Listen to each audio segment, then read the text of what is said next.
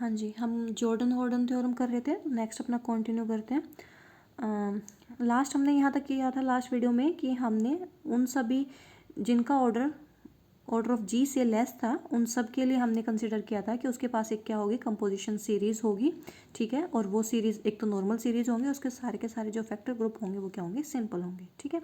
Now उसके बाद अब हमें क्या प्रूव करना है, उन सब के लिए प्रूव करना है जिनका ऑर्डर इक्वल्स है ऑर्डर ऑफ जी के, ठीक है। तो यानी कि हमें एक सब ग्रुप को एक्स्ट्रा बढ़ाना पड़ेगा। तो जो मेरे पास ये एम वाली कंपोजिशन सीरीज थी, एम नोट एम से स्टार्ट हो रही थी, इसमें मैंने एक एक्स्ट्रा सब ग्रुप को ऐड कर दिया, दैट इज जी नोट, ठीक है। तो अब ये हम उसके लिए चेक करेंगे जो जिसका ऑर्डर ऑफ जी के इक्वल होगा। अब मुझे इसके पास चेक करना है कि ये कंपोजिशन सीरीज बनेगी या नहीं। So that is G which is equals to G naught contain करेगा एम नोट को, कंटेन करेगा M one, that is contain करेगा M two and up to so on.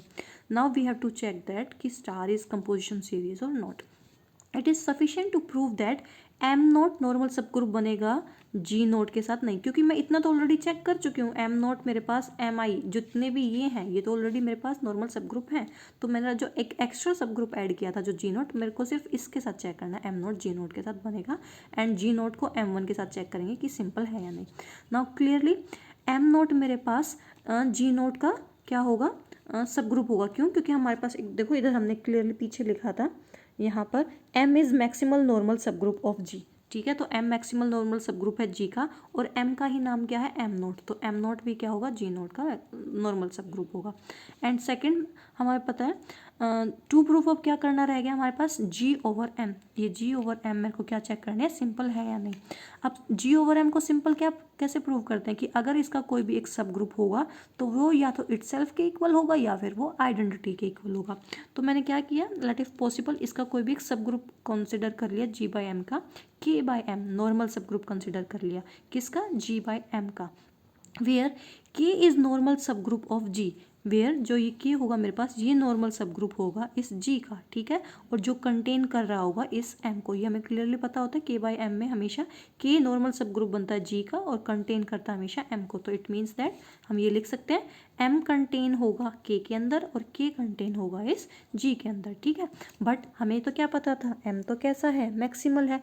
तो मैक्सिमल होने की कंडीशन क्या होती है कि अगर m मैक्सिमल है तो इस m और g के बीच में अगर कोई दूसरा सब ग्रुप आ जाता है तो वो सब ग्रुप या तो k के इक्वल होता है या फिर g के इक्वल होता है। So by m is maximal normal सब ग्रुप ऑफ g, तो इस k को मेरे पास या तो m के इक्वल होना पड़ेगा या फिर इस k को इस g के इक्वल होना पड़ेगा। फर्स्ट केस इधर अगर k इक्वल हो जाता है m के, तो अगर मैं यहाँ पर पुट करूँगी k बाय m तो वो मेरे पास बन जाएगा m, ठीक है। और m मेरे पास क्या है, m मेरे पास g बाय m की आइडेंटिटी है। तो मैंने क्या किया, यानी कि g बाय m की आइडेंटिटी इसी के इक्वल आ गया, तो ये कैसा हो गया, इम्प्रॉपर हो गया। सेकेंड केस अगर मैं k को इक्वल पुट करती हूँ g के, k को अगर मैं g के इक्वल पुट करती हूँ तो जो मेरे पास ये था k बाय m, जो ये सब ग्रुप था ये बन जाएगा मेरे पास g बाय m, और g बाय m का मतलब इटसेल्फ। तो ये सब ग्रुप भी किसके इक्वल आ गया, इटसेल्फ के, और ये सब ग्रुप आ गया उसकी आइडेंटिटी के इक्वल।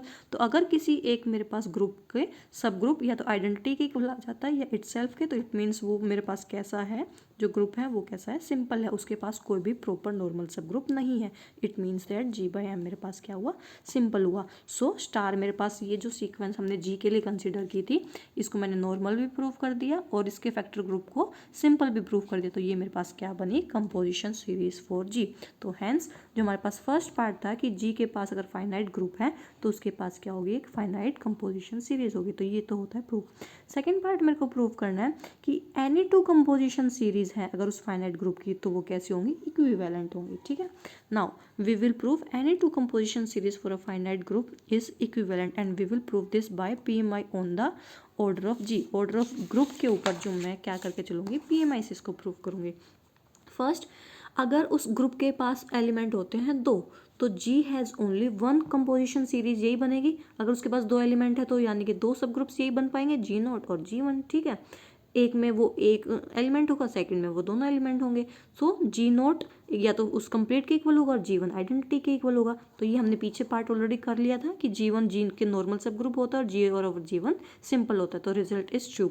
तो ऑर्डर अब यहाँ तक तो हमने ट्रू बोल दिया कि जब उसका ऑर्डर ट्रू होगा तो वहाँ पर उस केस में वो रिजल्ट हमारे पास होल्ड करेगा। सेकेंड बात, अगर ऑर्डर होता है ग्रेटर देन 2, तो लेट अस एज्यूम दैट कि रिजल्ट होल्ड करेगा। कौन सा रिजल्ट? कि उसकी अगर दो कंपोजिशन सीरीज होंगी तो दोनों आपस में इक्विवेलेंट होंगी। Is true for all finite group having the order less than order of G. उन सब फाइनाइट ग्रुप्स के लिए जिनका ऑर्डर लेस देन है ऑर्डर ऑफ जी से, वहाँ के लिए हम कंसीडर करके चलेंगे कि अगर उनके पास दो कंपोजिशन सीरीज हैं तो वो दोनों आपस में क्या होंगी? इक्विवेलेंट। और वो दोनों मैंने कंसीडर कर ली। First G which is equals to G naught contain करेगा G1 up to so on Gn। Second मैंने कंसीडर कर ली G which is equals to H naught H1 H2 and HM। देखो यहाँ तक की तो मैंने ली N और ये ली मैंने M, ठीक है। उसके बाद विच इज इक्वल्स टू ई, ये मैंने 2। अब हमें क्या, ये यहाँ तक जिन जिन का ऑर्डर ऑफ जी से लेस रहेगा आपस में क्या रहेंगे? Equivalent. Second, now we have to show that कि 1 and 2 आर इक्विवेलेंट, ठीक है। अब फर्स्ट केस, अगर मेरे पास G1 और H1 जितने भी ये इधर ये फर्स्ट G1 और ये H1 हो जाता है इक्वल, तो उस केस में मेरे पास क्या होगा? G1 अगर H1 के इक्वल होगा तो हैज़ अ कंपोजिशन सीरीज। ये मेरे पास कंपोजिशन सीरीज कैसे बनेंगे? देखो, G1 विच इज कंटेन कर रहा था G2 को and up to so on Gn इसके इक्वल था। एंड सेकंड वन मेरे पास क्या रहेगा? G1 और H1 इक्वल है, तो जो सेकंड में मेरे पास H1 है उसको मैं वापस रिप्लेस कर दूंगी G1 से। G1 कंटेन कर रहा है H2 एंड कंटेन कर रहा है HM and which last element E के इक्वल है, दैट इज 4। नाउ हमें क्लियर पता है कि सब ग्रुप का ऑर्डर ग्रुप के ऑर्डर से लेस रहता है। एंड उस केस में जहाँ पर भी हमने तो एज्यूम करके चला था, एज्यूमशन थी हमारे पास कि रिजल्ट होल्ड करेगा। जब जब हमारे पास ऑर्डर ऑफ लेस रहेगा ऑर्डर ऑफ जी से, हम बोलेंगे वो दोनों जो सीरीज है मेरे पास कैसी हैं? इक्विवेलेंट है। So every two composition series of group G1 are equivalent. तो इट मीन्स दैट जो मेरे पास 3 और 4 हैं ये कैसे हो जाएंगी? इक्विवेलेंट। और अगर 3 और 4 इक्विवेलेंट होंगी तो 1 and 2 भी क्या होंगी? इक्विवेलेंट होंगी। ये केस था जब G1 और H1 इक्वल हैं।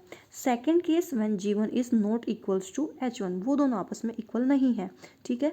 नाउ G1 और H1 मैंने एक कोई भी नॉर्मल सब ग्रुप कंसिडर किया है इस G ग्रुप का जो कंटेन करेगा, ऑब्वियसली है G1 H1 मेरे पास अगर कोई भी सब ग्रुप है तो वो H1 को भी कंटेन करेगा और G1 को भी कंटेन करेगा क्योंकि ये इन्हीं दोनों से मिलकर बना है, ठीक है।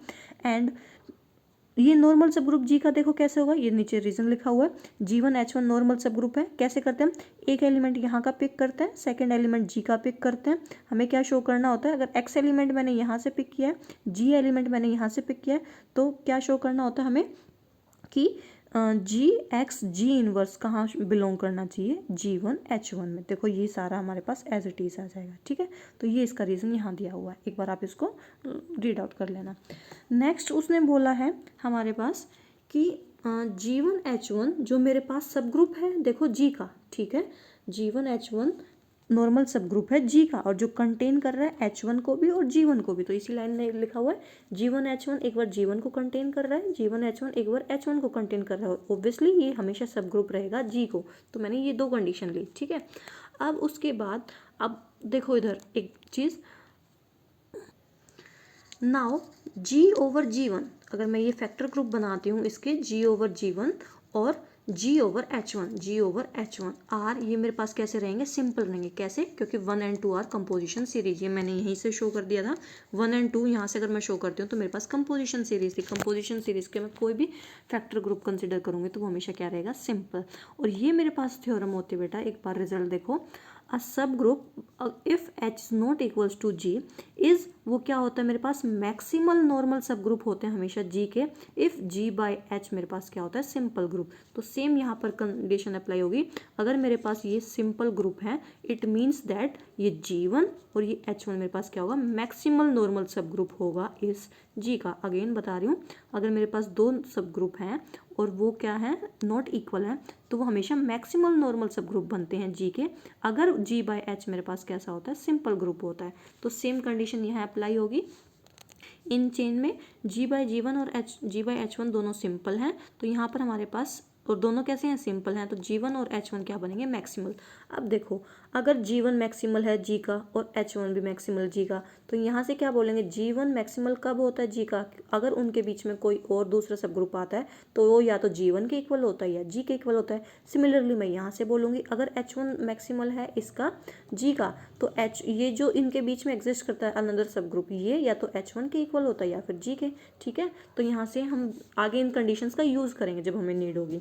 Now G1 H1 maximal normal सब ग्रुप हो गए ऑफ G के। नाउ G1 H1 देखो इक्वल्स है G के, यहाँ से G1 H1 इक्वल है G के, मैंने अभी आपको बता दिया कि अगर ये मैक्सिमल है तो ये इसके इक्वल होगा और ये इसके भी इक्वल होगा, तो G1 H1 इक्वल होगा G के। ठीक है, ये यहाँ पर देखो कंडीशन इसने दी है कि G1 H1 मेरे पास, ये यहाँ पे ठीक करना है इसको, देखो इधर इसने क्या बोला है कि G1 H1 ये इस G के इक्वल होगा। क्यों, ये केस नहीं लेंगे हम, G1 H1 G1 के इक्वल नहीं होगा, इधर G1 कर लेना, अपने नोट्स में एक बार करेक्ट कर लेना, G1 H1 इस G1 के इक्वल नहीं होगा, क्योंकि अगर G1 H1 मान लो इसका होता है G1 के इक्वल, एंड सिमिलरली यहाँ से G1 H1 इस H1 के इक्वल होता है, तो लेफ्ट हैंड साइड अगर यहाँ के इक्वल है तो राइट हैंड साइड भी इक्वल हो जाएंगे, यानी कि G1 इक्वल होगा H1 के। बट मैं केस क्या लेके चल रही हूँ, मैं केस तो ये कंसिडर करके चल रही हूँ G1 is not equals to H1, so which is a contradiction. तो हमें क्या लेना पड़ेगा, G1 H1 को किसके इक्वल होना पड़ेगा, इस G के इक्वल होना पड़ेगा। तो हम आगे जहाँ पे भी यूज़ करेंगे इनको आपस में रिप्लेस कर लेंगे, G1 H1 को G वैल्यू। फर्दर अब देखो जो हमने ये फैक्टर ग्रुप इसके कंसिडर करे थे G बाई G1, तो G बाई G1 और सेकंड था G बाई H1। तो अभी मैंने बताया आपको G की वैल्यू को रिप्लेस करेंगे G1 H1 से, इसकी वैल्यू को रिप्लेस किया G1 H1, ये एज इट इज़। ठीक है, एंड फर्दर यहाँ पे मैंने बोला आपको ये एक और रिजल्ट देखो बेटा, रिजल्ट हमारे पास second theorem of isomorphism, if H and K are sub group होते हैं मेरे पास है, एंड GH नॉर्मल सब ग्रुप होता है G का, देन HK ओवर H हमेशा आइसोमॉर्फिक होता है किसके, ये जो पीछे वाला सब ग्रुप होता है K एंड ओवर इन दोनों की इंटरसेक्शन H इंटरसेक्शन K। तो वही सेम हम रिजल्ट यहाँ लगाएंगे, तो G1 और H1 बाई G1 ये अपने किसके आइसोमॉर्फिक होगा, देखो यहाँ पर आइसोमॉर्फिक है K जो पीछे वाला है ओवर इन दोनों की इंटरसेक्शन, तो ये आइसोमॉर्फिक होगा H1 over H1 intersection G1। Similarly यहाँ पर G1 H1 अपॉन H1 है, तो ये आइसोमॉर्फिक होगा G1 over H1 intersection G1, और इसको मैंने फर्दर आगे कोई भी नाम दे दिया H1 ओवर, इसको बार बार ना लिखना पड़े K2, और सिमिलरली इसको नाम दे दिया मैंने K2, इसको नाम दिया G1। ठीक है, नाउ वेयर जो मेरे पास K2 है वो मैंने किसको नाम दिया है, H1 इंटरसेक्शन G1 को, and clearly we know that A intersection भी हमेशा A में भी कंटेन होती है, B में भी, तो H1 इंटरसेक्शन G1 G1 में कंटेन होगा और G1 सब ग्रुप है G का। सिमिलरली यहाँ पर K2 मैंने नाम दिया है H1 इंटरसेक्शन G1, और H1 इंटरसेक्शन G1 अपने H1 में तो कंटेन होगा ही। ठीक है, एंड ये फर्दर H1 किसका सब ग्रुप होगा, G का सब ग्रुप होगा। ठीक है, नाउ अगेन इफ, अब ये बोल रहा है जो ऑर्डर ऑफ K2 रहेगा, ऑब्वियसली हमें पता है सब ग्रुप है G का, तो इसका ऑर्डर हमेशा लेस रहेगा G से, एंड हमारी अजम्पशन क्या थी कि वो सारे सब ग्रुप्स जिनका ऑर्डर लेस है ऑर्डर ऑफ G से, उन सब के केस में क्या रहेगा, उनके पास एक कंपोजिशन सीरीज होगी। तो ये K2 है, तो K2 की सीरीज में K2 से ही स्टार्ट कर रही हूँ, K2 कंटेन करेगा K3 up to so on KT। ठीक है, and which is equals to E। अब मैंने क्या सेकेंड पार्ट में मेरे को देखो क्या प्रूव करना है, सेकेंड पार्ट में प्रूव करना था कि अगर उसकी कोई भी दो सीरीज है कंपोजिशन सीरीज, तो वो आपस में इक्विवेलेंट होगी। तो मैं इसी केस के लिए क्या कर रही हूँ, इस K2 की कोई भी दो सीरीज को कंसिडर करके चल रही हूँ।